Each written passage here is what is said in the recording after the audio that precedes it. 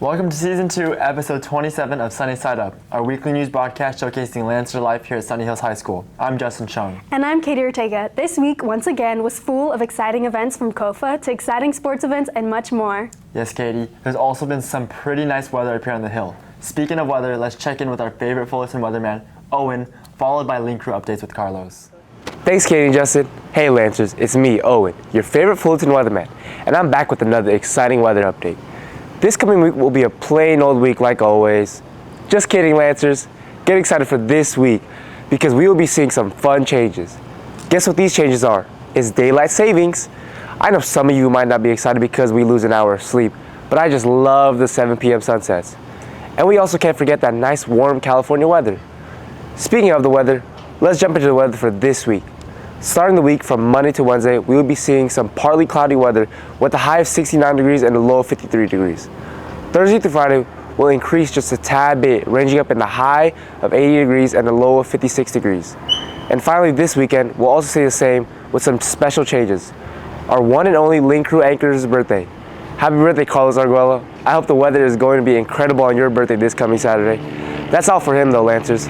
I hope you have an amazing week, and don't forget to celebrate Carlos' birthday this weekend. Now let's send it off to Carlos. Hey Lancers, just another reminder to get your Link Crew applications turned in by March 15th. For any questions, please talk to Ms. Safe or Ms. Bueno. But I personally want to say that I think Link Crew is a great program to be involved in and a great way to give back to our Lancer community. For March, we have some of our best events to come. Next Thursday, March 14th, it is National Pie Day. So come out to Freshman Hall and you'll be able to pie your favorite Link Crew leaders. Lastly, happy birthday to all the freshmen with March birthdays. Back to you, Katie and Justin. Thanks, Owen and Carlos. It's been nice to have a break from the downpour. I bet our Lancer athletes agree too, Katie. We have continued in the spring season with baseball, tennis, track, and more. Let's check in with the Nathans to find out more. Thanks, Katie and Justin. Welcome back to sports this week. Spring season is in full swing and we have a lot of updates for you. Boys tennis faced off against Oxford Academy and Bolsa Grande.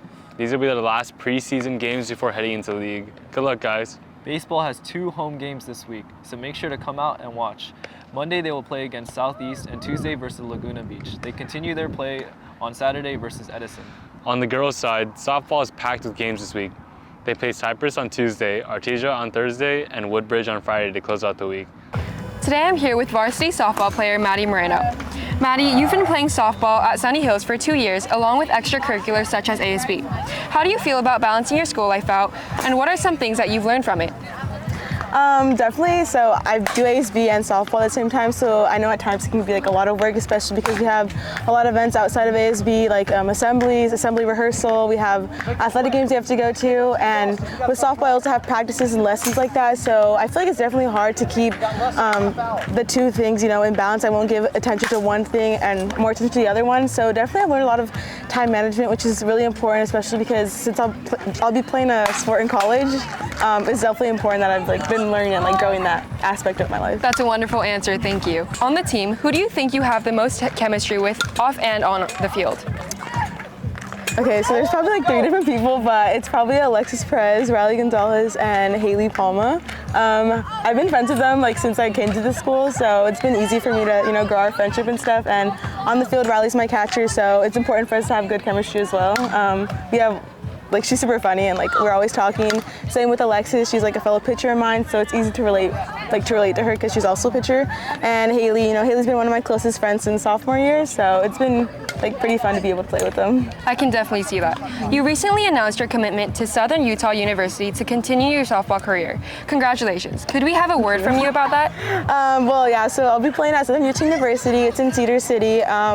It's something away from home, but I've always wanted to go away from home for university and stuff because I didn't want to stay in California just to experience something new. But I'll be studying kinesiology there and then go to med school after that, hopefully. So, yeah. Thank you. Boys golf will also be facing Walnut on Monday. Swim will be playing on Wednesday against La Serena. And finally on Saturday, we will have an invitational for track at Walnut. Our Lancers are amazing. Well, that's all for this week from sports, and we'll see you next time. Back to you, Katie and Justin. Thanks, Nathans. I had a great time going out and supporting our Lancers Tuesday at the softball game. Hope to see you all out there at the next game. For March, we celebrate Women's History Month. Let's check in with Andy, followed by Lancer updates from Alex. March is National Women's Heritage Month. We want to acknowledge the influence and importance that women have had on our history and within the industry of film. Women's History Month had its origins as a national celebration in 1981 when Congress passed Public Law 97-28, which authorized and requested the President to proclaim the week beginning March 7, 1982 as Women's History Week. Throughout the next 5 years, Congress continued to pass joint resolutions designating a week in March as Women's History Week. In 1987, after being petitioned by the National Women's History Project, Congress passed Public Law 100-9, which designated the month of March 1987 as Women's History Month.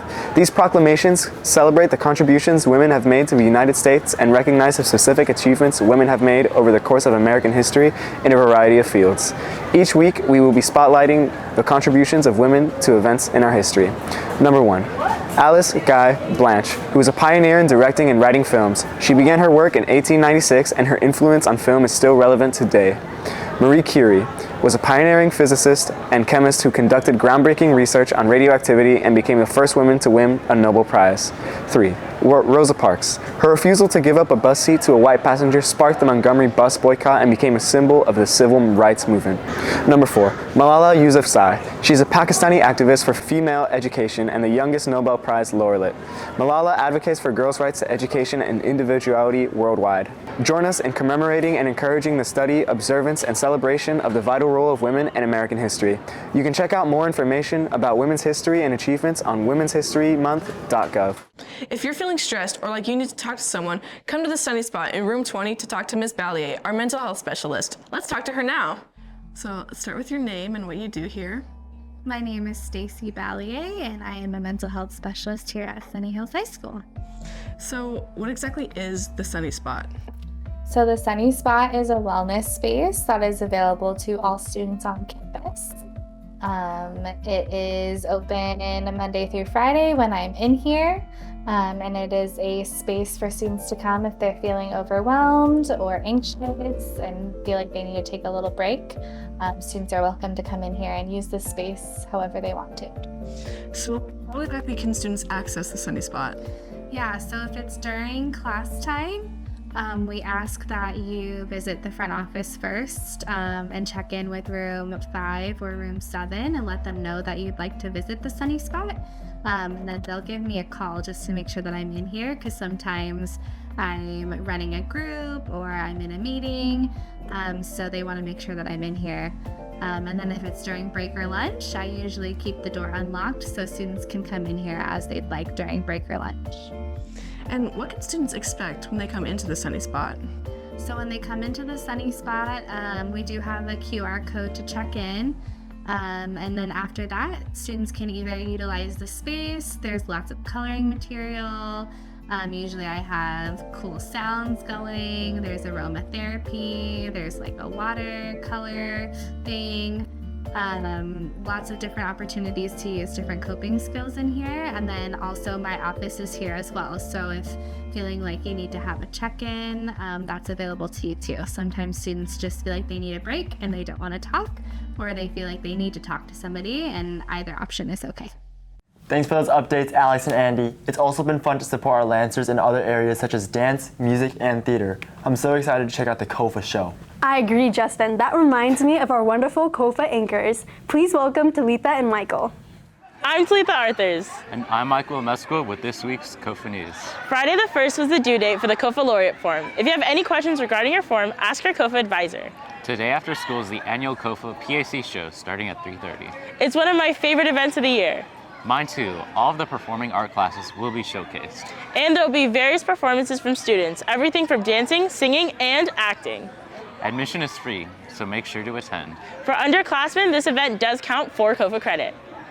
Lastly, tickets for the Adam family are available at shhstheater.com. If you're interested in attending, times, dates, and performances are posted on their website. That's all from us this week. See you all at the PAC show. Back to you, Katie and Justin. Thanks to Talitha and Michael. It's always great to hear what's going on with COFA here on the Hill. Thanks for tuning in to this week's episode.